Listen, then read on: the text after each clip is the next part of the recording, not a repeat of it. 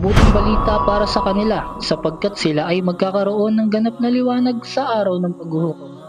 No? So magkakaroon ng liwanag ang tao naglalakad sa kadiliman, sa kalagitnaan ng kadiliman upang siya ay magtungo sa masjid. Mga kapatid, may dagdag ko lang, bawat hakbang natin na patungo sa masjid, ito ay nabibilang sa ating mga mabubuting gawa. Alam niyo ba mga kapatid, ang paglalakad ay napakaganda sa katawan. Ito ay pinapayo ito ng mga doktor na exercise. Pasok tayo sa science ngayon, inshallah. Sa kasunod, walking is also a great form of physical activity for people who are overweight, elderly, or who haven't exercised in a long time. Sinasabi na ang paglalakad ay isa ring mahusay na uri na physical na aktibidad para sa mga taong sobra sa timbang. Para sa mga matatanda o hindi nag-eehersisyo, hindi nag-e-exercise ng mahabang panahon. Reduce risk of heart disease and stroke. Nababawasan ang panganib ng sakit sa puso at pagkakaroon ng stroke. Increase muscle strength and endurance. Nadadagdagan ng lakas at tibay ng kalamnan. Reduce body fat. Panghuli, nababawasan ng taba sa katawan. So, ito yung benefits sa paglalakad. Actually, pinapayo ito ng mga doktor na kung saan ang paglalakad ay isa sa mga magandang exercise sapagkat naoobserbahan mo yung hininga mo. Kung ikaw ba ay mabilis hingalin or mabilis mapagod. Baka mamaya after ng muhadara may mag-PM sa akin, magtatanong, "Ustad, anong gamot sa ganito?" Sakit ng isip ko, ang sakit ng utak ko, iniisip ko siya. Innal hamdalillah, innal hamdalillah nahmaduhu wa nasta'inuhu wa nastaghfiruh. Na'udzu billahi min shururi anfusina wa sayyiati a'malina. May yahdihillahu fala mudilla lahu wa may yudlil fala hadiya lahu. Asyhadu an la ilaha illallah wahdahu la syarika lah wa asyhadu anna Muhammadan abduhu wa rasuluh.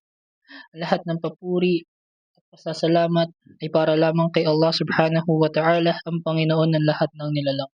Ako'y sumasaksi na walang Diyos na dapat sambahin maliban si Allah, at ako'y sumasaksi na si Propeta Muhammad sallallahu alaihi wasallam ay kanyang huling propeta at kanyang huling sugo.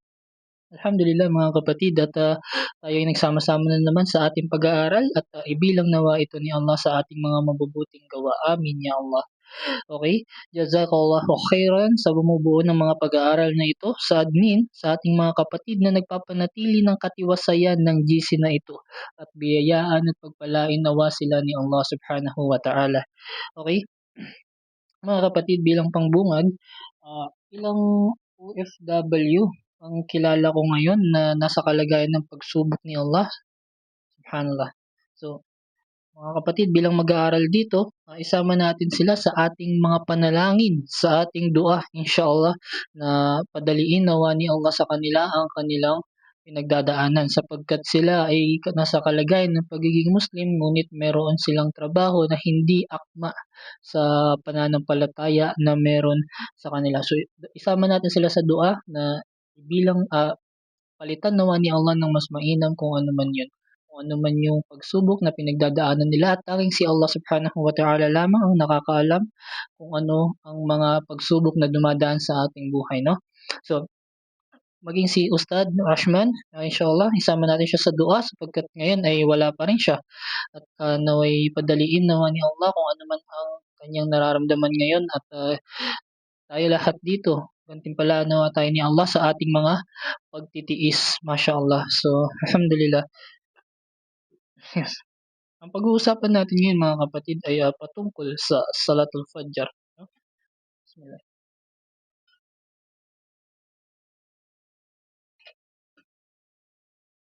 Kung saan patungkol sa Salatul Fajr. Sapagkat Salatul Fajr ay isa sa mga una na sala sa isang araw na ginagawa natin. Fajr, Zuhur, Asr, Salatul Maghrib, Isha. So, 5. Okay? Nais kong banggitin ang isa sa mga hadith na naiulat mula kay Aisha radiyallahu anha, na kung saan kanyang sinabi, ang Rasulullah sallallahu alaihi wasallam daw bago magsagawa ng ng Salatul Fajr ay siya ay nagsasagawa daw muna ng 2 rakaah bago ang Salatul Fajr. No? So, ginagawa muna to ng Rasulullah sallallahu alaihi wasallam bago ang Salatul Fajr. Halimbawa, dumating ka ng maaga sa masjid. Pagdating mo ng maaga sa masjid kaysa makipagkwentuhan ka dito, kwentuhan doon, walang katuturan, pwede ka magsala ng 2 rakaah bago ang Salatul Fajr. Tama? At ang dalawang raka'a bago ang Fajr, sinasabi sa hadith ng Rasulullah sallallahu alaihi wasallam, ang dalawang raka'a na ito bago ang Fajr ay mas mainam pa kaysa sa nilalaman ng mundo. Okay? So, sa tinatawag sa hadith ng Rasulullah sallallahu alaihi wasallam, raka'atil fajr khairan min ad-dunya wa ma fiha. Ang dalawang raka'a daw ika bago ang salatul fajr ay mas mainam pa kaysa sa nilalaman ng mundo, no? So, sa atin naman, sa ating adhan, merong tinatawag na ah, hindi ba't iba ang adhan, hindi naman iba, may naidagdag lang sa adhan ng salatul fajr. Dun ang tinatawag na as-salatu khairun minan nawm. Ang pagdarasal ay mas mainam pa kaysa sa pagtulog, hindi ba? So, ito 'yun, ah, as-salatu khairun minan nawm, ayun ang ibig sabihin nun, ang pagdarasal ay mas mainam pa kaysa sa mga pagtulog. Isa sa mga napakasarap gawin sa umaga kapag wala ka pang trabaho ay ang pagmumuni-muni, 'no, sa madaling araw o kaya pagbabasa ng Quran, mga uri ng pagsamba sapagkat fresh yung ating kaisipan, 'no, na nahihiling natin kay Allah yung mga dapat nating hilingin, mashallah. At nakakapag-isip din tayo ng maayos. So, yun. Ewan ko kung na-experience niyo yun, pero mashallah, 'di ba, ang sarap kahit papaano.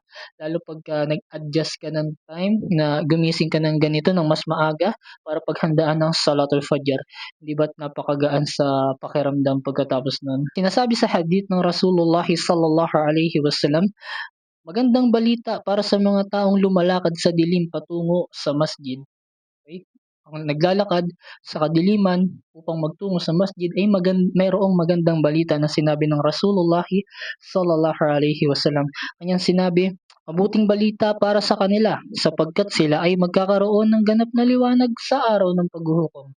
No? So magkakaroon ng liwanag ang tao lalakad sa kadiliman, sa kalagitnaan ng kadiliman upang siya ay magtungo sa masjid.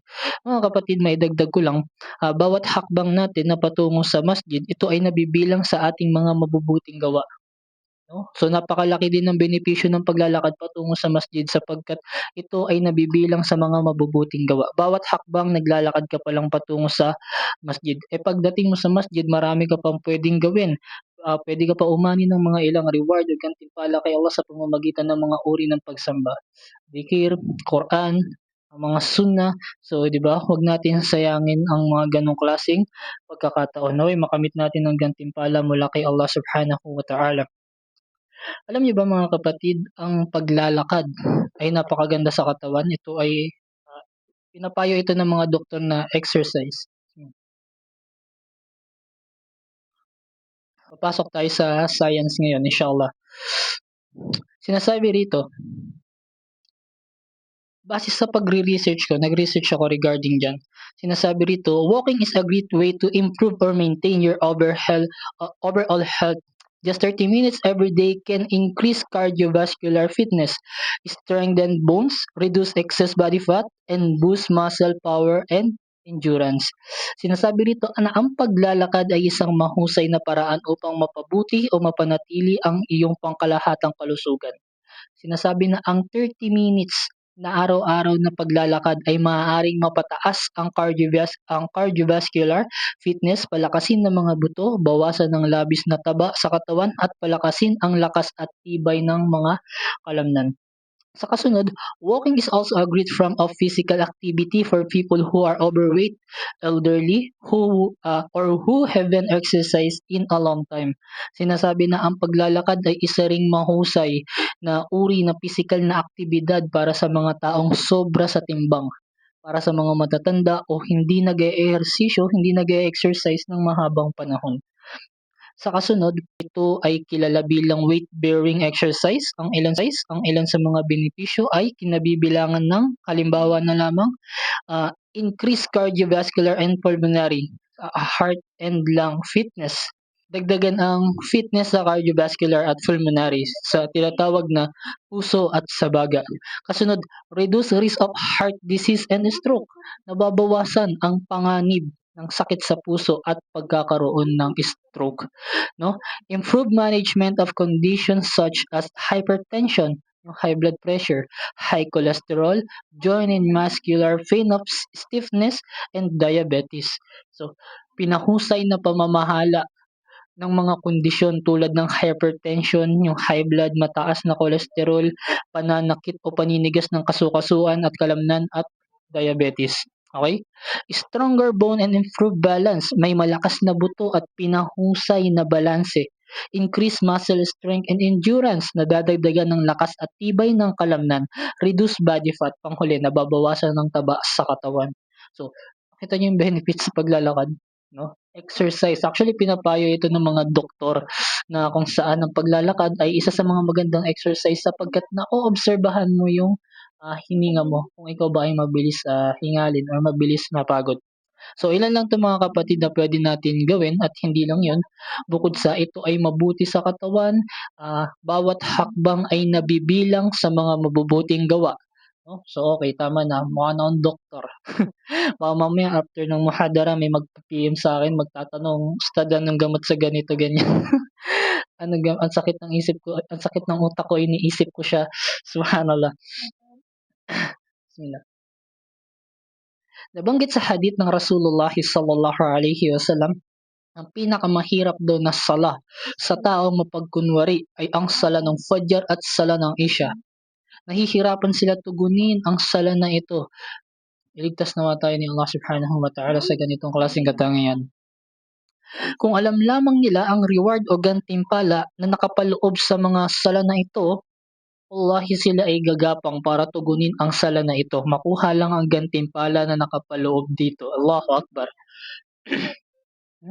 So, nagsala ka pa lang ng 2 raka'a mga kapatid bago ang sala ng Fajr, ikaw ay may gantimpala na mas mainam pa kaysa sa nilalaman ng mundo. So paano pa kaya ang ibang mga pagsamba kay Allah na dapat ay pinagsusumikapan natin? Si Allah subhanahu wa ta'ala ay nagwika mula sa maluwalhating Quran, kung saan ganyan sinabi, gawa daw ng pagdarasal sa pagbaba ng araw mula sa kalagitnaan nito hanggang sa kadiliman ng gabi. At sa pagbigkas ng Quran sa madaling araw, ito ay sinasaksihan daw ng mga anghel, ng mga malaika ni Allah subhanahu wa ta'ala. So sabi sa tafsir ng aya, isagawa daw ng ganap ang sala mula sa kalagitnaan ng araw pagkatapos ng tanghaling tapat hanggang sa oras ng pagdilim ng gabi, kung saan nasasakop nito ang duhur, asar, maghrib, at saka ang isha. Na kung saan sinasabi rito na ang paliwanag rito, pahabain mo ang pagbabasa ng Quran sa sala na ito.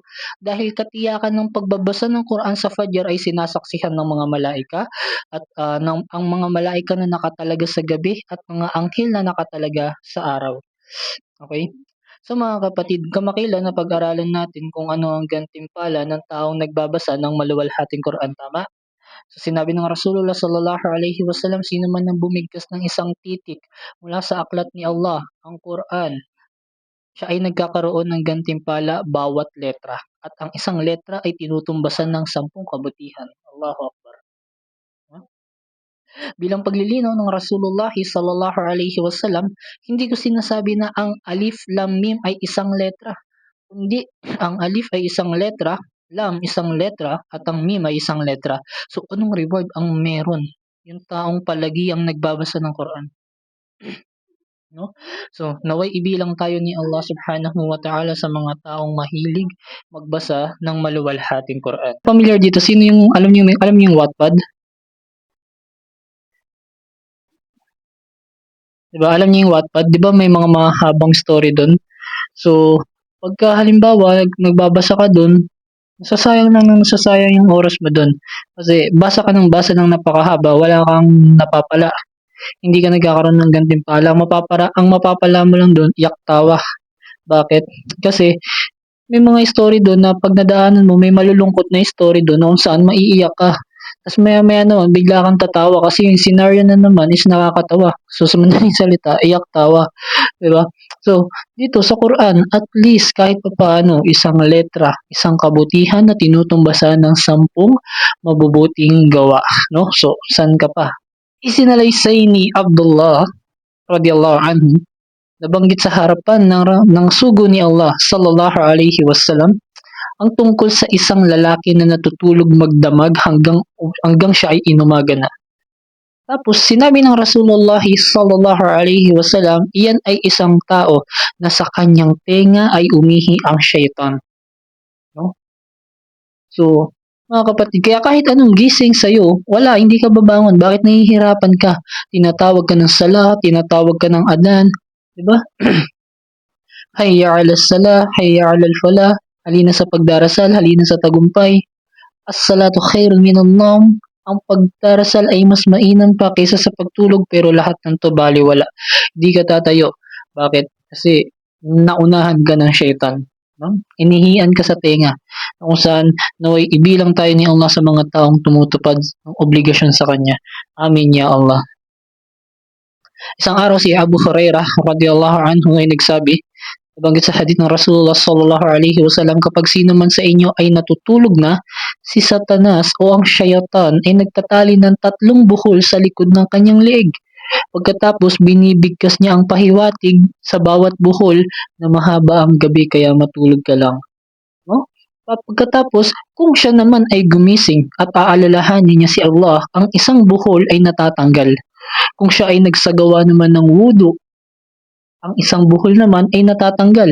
At kapag siya ay tumayo upang siya ay magsala, sinimulan niya na ang kanyang pagdarasal. So, ganun din. Nasabi rito, sisimulan niya ang kanyang umaga at siyang at isang sisimulan niya ang kanyang umaga at isang maligaya at maaliwalas na kalagayan. So, 'di ba? Napakasarap sa pakiramdam kapag halimbawa na pagtagumpayan natin yung tinatawag na Salatul Fajr, na kung saan tayo lahat ay nag-e-effort, na kung saan pagsumikapan na maitindig ito at pagkatapos natin maisagawa ito ay napakasarap sa pakiramdam, 'di ba? Maging sa mga ilang salatul duhur, asar, maghrib, isya, kapag ito ay kumpleto mo, napakagaan ng pakiramdam, di ba? Sapagkat ang pag-alala nga kay Allah ay nakakasumpong tayo sa ating puso ng kapanatagan, ng kapayapaan, katiwasayan, di ba? Pagka ikaw ay nagsasala, ibig sabihin inaalala mo si Allah dahil itong sala ay utos ni Allah, di ba? Kung saan sinabi ni Allah, itinagubilin ko sa inyo ang sala, upang magsagawa kayo ng pagdarasal. So mga kapatid, naway nakuha natin ng kaunting aral ito, inshallah. Naalala ko tuloy nung bagong yakap ako sa Islam. So gabi pa lang, excited na ako kasi sabi ko magdadasal ako mamaya madaling araw. So excited ako, dinamihan ko yung alarm, dinamihan ko. Tapos pakiramdam mo, feel mo taas ng iman, no? Sabi ko, taas ng iman ko. Taas ng pananampalataya na meron ako, ganun yung nararamdaman ko. Pagdilat ko maliwanag na, subhanallah. Pagkatapos, syempre, bagong yakap ako nun sa Islam. So, nagmadali agad ako, nag-wudu ako. So, pagkatapos, sinagawa ko yung sala. So, alhamdulillah, kahit pa paano nagsala pa din ako at hindi ko binitawan yun. Dahil hindi ko naman intensyon na magpalit o bitawan. Talagang nangyayari ito sa atin. Diba? So, mga kapatid, kapag ka ikaw ay nagsala ng Salatul Fajr, ayaw ng syaitan. Ayaw ng syaitan. Sasambahin mo si Allah eh. Bukod dun, pag nagsala ka ng Fajr, yung mga kasalanan mo nung gabi ay nabubura. Binubura ni Allah yung mga ibang kasalanan natin sa gabi kapag nagsagawa tayo ng Salatul Fajr. 'Di ba? Kaya nagsusumikap ang syaitan na hindi ka magsala ng Fajr, gagawa siya ng paraan para di ka lang makarating sa pagsasala, 'di ba? Na kung saan nabanggit, iihiyan ka niya sa tenga, magtatali siya ng 3 buhol sa likod ng ating leeg, pagkatapos may sinasabi pa siya doon. Ayaw niya na mabura yung kasalanan. Kumbaga, masasayang ang pinagsumikapan niya kung ikaw ay magsasala ng Fajr dahil yung mga kasalanan mo nung gabi ay binubura ni Allah.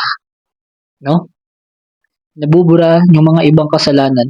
Kaya isa ito sa mga benepisyo ng Salatul Fajr na kung saan kapag ka ikaw ay nagsala lang ng 2 raka'a bago ang Salatul Fajr, ikaw ay nagkamit na ng gantimpala na mas mainam pa kaysa sa nilalaman ng mundo. No? So, mashallah, ibilang naman tayo ni Allah sa mga taong tumutupad ng obligasyon sa kanyang mga alipin. Bilang pagtatapos, nais ko banggitin bilang paglilinaw, gusto kong linawin nito.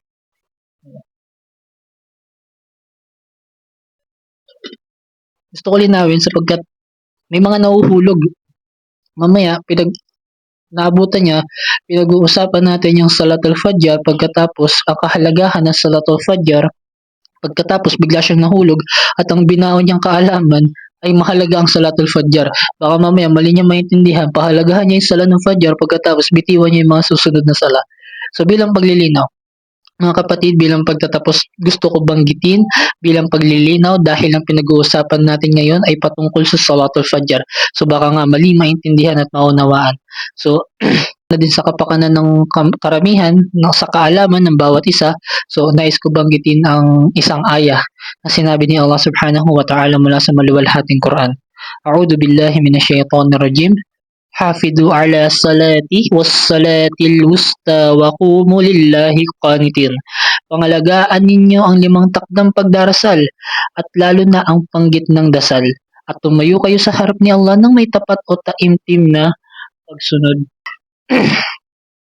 Sinabi sa tafsir ng ayan na ito, at pangalagaan ninyo o kayong mga Muslim ang 5 obligadong sala sa pamamagitan ng patuloy na pagsasagawa nito sa tamang oras, kalakip ang mga saligang syurut nito, ang mga pundasyon at mga obligadong gawain nito.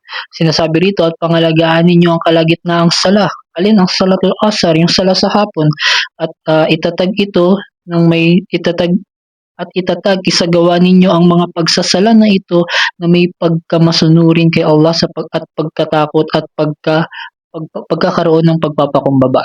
No? Sa hadith na naiulat mula kay Umar ibn al-Khattab radiyallahu anhu, sabi niya, sino man ang sinadya na iniwan ang salatul asar, hindi niya ginawa, alam niyang obligado yun, alam niyang wajib yun, pero hindi niya isinagawa. Ang katumbas nito ay para siyang nawalan ng pamilya at ari-arian. No?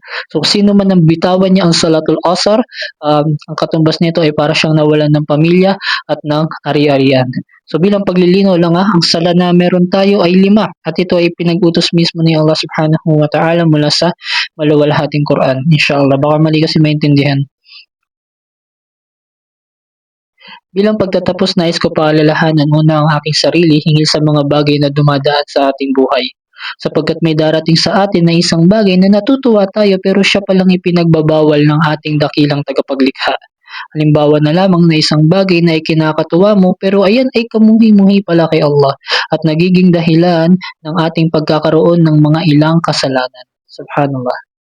Naalala ko tuloy may nagkwento sa akin non-Muslim. Sabi niya may mga kasama ako dun sa amin sa boarding house. Mga Muslim sila, mga tunay na Muslim. Sabi pa niya, mga tunay na Muslim. Katapos umiinom kami pero di kami nagpupulutan ng baboy kasi nga bawal yun, respeto yun. Ako billah. Napakamat ako sa ulo. Di ba? So, inshallah, kung minsan dito sa atin may mga kapatid tayo na natutuwa o nahuhumaling sa alak, isipin natin mga kapatid na ito ay pagsubok sa atin. No? At ano man ang mga bagay na dumaan sa buhay natin, sapagkat may darating sa atin na isang bagay na natutuwa tayo pero siya palang ipinagbabawal ni Allah Subhanahu wa Ta'ala. Maisingit ko lang kasi may mga ilan tayong kapatid na kung saan nagkakaroon ng pagbitaw sa pananampalataya nang dahil sa pagsubok ni Allah. Kaya pinapayo ko, hinihikayat ko ang bawat at sa atin, kapatid natin, na pag-aralan natin ang mga sinabi ni Allah sapagkat sa Quran ay marami tayong matutunghayan hinggil sa mga sinabi ni Allah na ganitong klaseng pagsubok. Halimbawa na lamang sinabi rito, ang sino mang tumalikod sa isang bagay para kay Allah, papalitan nito ni Allah ng higit na mas mainam. O tama?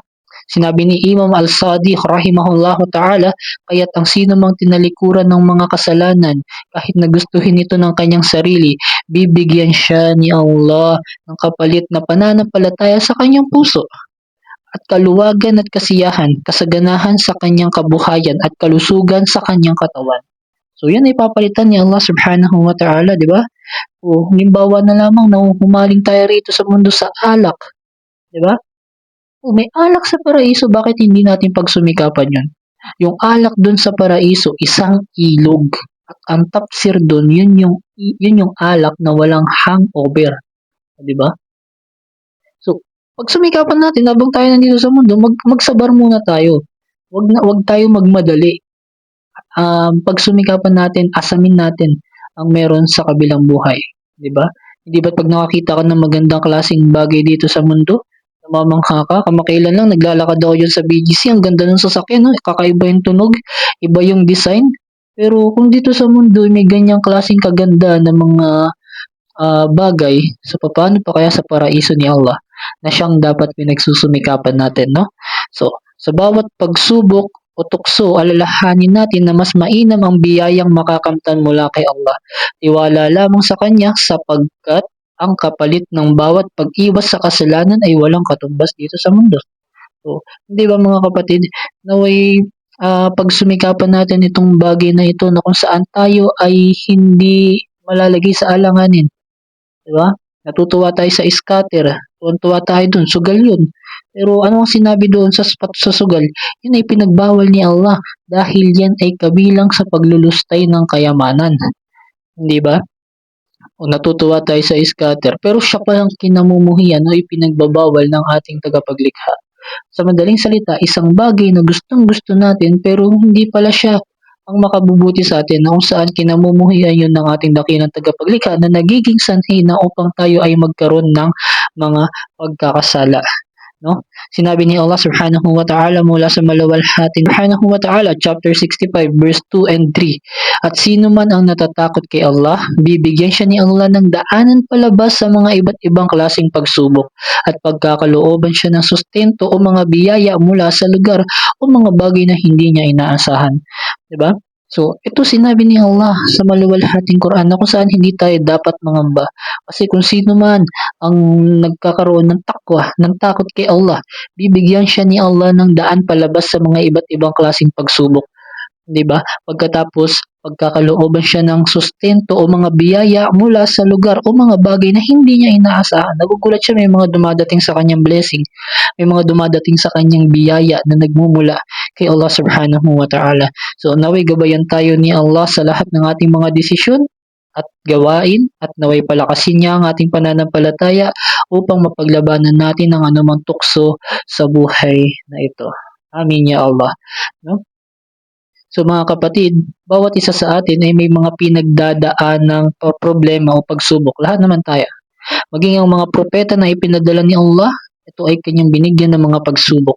Pero tayo ay humihingi. Tayo ay humingi kay Allah. Magpatulong tayo kay Allah sa pamamagitan ng pagtitiis at pagdarasal. Tunay na si Allah ay laging nasa panig ng mga matiisin. Hilingin natin kay Allah na kung alam natin na ang bagay na ikinakasaya natin ay kamuhi-muhi pala sa ating Panginoon, huwag natin ito mahalin ng labis at hilingin natin na palitan ito ni Allah ng mas mainam. Hindi ba?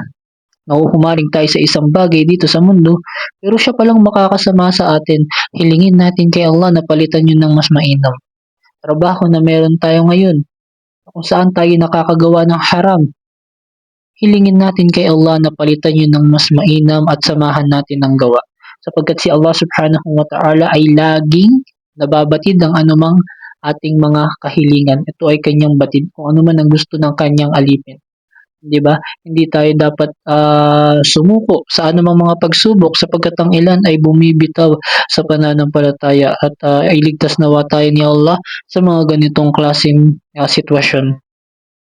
Bilang panghuli, nais kong banggitin ang isang aya ni Allah Subhanahu wa Ta'ala mula sa maluwalhating Quran.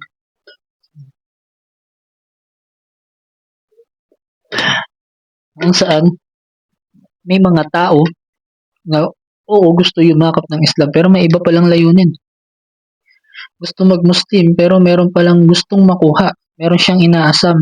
May iba na porket nagsuot na ng sila, akala nila pag sila ay nagsuot na ng abaya at sila ay nagsuot na ng hijab, wala nang pagsubok na darating sa kanya. May ilan na pag nagsuot ng tube, pumasok sa masjid, nagsala, akala niya wala nang pagsubok na darating sa kanya. Mali. Hindi yan ang sinabi ni Allah Subhanahu wa Ta'ala mula sa maluwalhating Quran. Pakinggan natin ang isang ayah o ang dalawang ayah patungkol sa sinabi ni Allah para sa mga nagbabalak yumakap sa Islam at para sa ating mga kapatid na nandito at naniniwala sa kaisahan ni Allah Subhanahu wa Ta'ala. Akala ba ng mga tao na sila ay pababayaan na lamang sapagkat sila ay nagsasabing kami ay naniniwala at sila ay hindi nasusubukan? Sinagsabi si Allah sa Quran Inaakala ba ng tao na kapag siya ay nagsabi na siya ay naniniwala na sa kaisahan ni Allah, akala ba niya siya ay pababayaan na lamang at hindi nasusubukan? وَلَقَدْ فَتَنَّا الَّذِينَ مِنْ قَبْلِهِمْ فَلَا يَعْلَمَنَّ اللَّهُ الَّذِينَ صَدَقُوا وَلَيَعْلَمَنَّ الْكَاذِبِينَ. Sinabi at katiyakan aming sinubukan yung mga nauna sa kanila at katiyakan ipababatid ni Allah sa pamamagitan ng pagsubok yung mga makatotohanan at katiyakan kanyang ipababatid ang mga sinungaling. A'udhu billah. 'Di ba? So, naway magkaroon tayo ng takwa, ng takot kay Allah, ng tamang intensyon na kung saan alisin natin yung mga maling layunin na ninanais natin na kaya tayo nag-Muslim kasi ganito yung gusto natin. Kaya ka nag-Muslim kasi gusto mo pakasalan yung dalawa mong asawa. Subhanallah. 'Di ba? Pababatid ni Allah kung ano man ang ating mga layunin. Ipababatid ni Allah ang mga taong sinungaling sa pamamagitan ng pagsubok. Kaya hindi porket tayo ay naniniwala na sa kaisahan ni Allah subhanahu wa ta'ala, tayo ay excuse na kumbaga tayo ay absuelto na at wala ng pagsubok na darating sa atin. Meron at tayo isusubukin ni Allah, pero anong sinabi ni Allah? Ang mga taong matiisin, maging kabilang tayo sa mga matiisin, maging kabilang tayo sa mga taong matiisin at tayo ay humingi ng tulong kay Allah sa pamamagitan ng pagtitiis at pagdarasal. Tunay na si Allah subhanahu wa ta'ala ay laging nasa panig ng mga matiisin. No, kung ano man yung pinagdadaanan natin ngayon, wag tayong sumuko. Idua natin kay Allah. Kung yung trabaho natin hindi nakakabuti sa atin at ito ay alam nating ipinagbabawal ni Allah, hilingin natin kay Allah na palitan ito ng mas mainam. Tunay na si Allah ang may kakayahan sa lahat ng bagay. Tunay na siya ang nagsusustento sa kanyang mga nilikha at hindi tayo dapat mangamba kung anuman ang bagay na mawala dito sa atin sa mundo sapagkat sapat na si Allah upang nang sa ganun gampanan natin ang ating mga tungkulin. Kung saan kanyang sinabi, "Wa ma khalaqtul jinna wal insa illa liya'budun." Hindi ko nilikha ang jin at tao malibang sila ay sumamba sa akin. Gampanan natin yung mga tungkulin na yun ng pagsamba kay Allah at inshallah, dalangin ko kay Allah na makamit natin ang tagumpay at ang biyaya na mainam dito sa atin sa mundo at ibilang nawa tayo ni Allah sa mga taong maninirahan sa paraiso. Amin ya Allah. Subhanakallahumma wa bihamdika asyhadu an la ilaha illa anta wa nastaghfiruka wa natubu ilaik. Wa sallallahu ala nabiyina Muhammadin wa ala alihi wa sahbihi ajma'in. Assalamualaikum warahmatullahi wabarakatuh. Okay, mag-message lang sa baba. Guys, ano ang benepisyo ng paglalakad? Ano ang benepisyo ng paglalakad at saan ito nakakatulong sa parte ng ating katawan? Inshallah, paki-comment sa baba. Mashallah, kalusugan, exercise, pagbaba ng blood pressure. Oh, mashallah, may sumagot. Nakakabawas sa high blood pressure, diabetes at nakakatunaw ng taba. Mashallah. Oh, increase cardiovascular. Ang taray science. Makakabuti sa may stroke. Huh? Ano makakabuti sa may stroke? Nakakaiwas sa stroke. Nababawasan ng kolesterol. Tama. Diet. Nakakapagpabuti ng sirkulasyon ng dugo at nakakapagpataas ng energy level. Okay, next question. Ano ang maaaring makamit ng isang tao pagdating sa kabilang buhay kung siya dito sa mundo ay siya dito sa mundo ay naglalakad sa kalagitnaan ng dilim pagkatapos papunta sa masjid? Ano ang maaari niyang makamtan pagdating sa kabilang buhay? Siya ay magkakaroon ng liwanag. English o light. Ilaw. So, ayun, mashallah. Alhamdulillah. Okay, syukran Ustad, jazakallahu khairan. Yeah. Mga scientist din mga yan. O, di kayo na scientist. Pinag-usapan yung science na nagkaroon ng pag-aaral regarding sa kalusugan ng tao. Walang magpapa-check up yun. Baka mamaya mag-team sa akin yan. Nagtatanungan yung gamot sa ganito, sa ganito.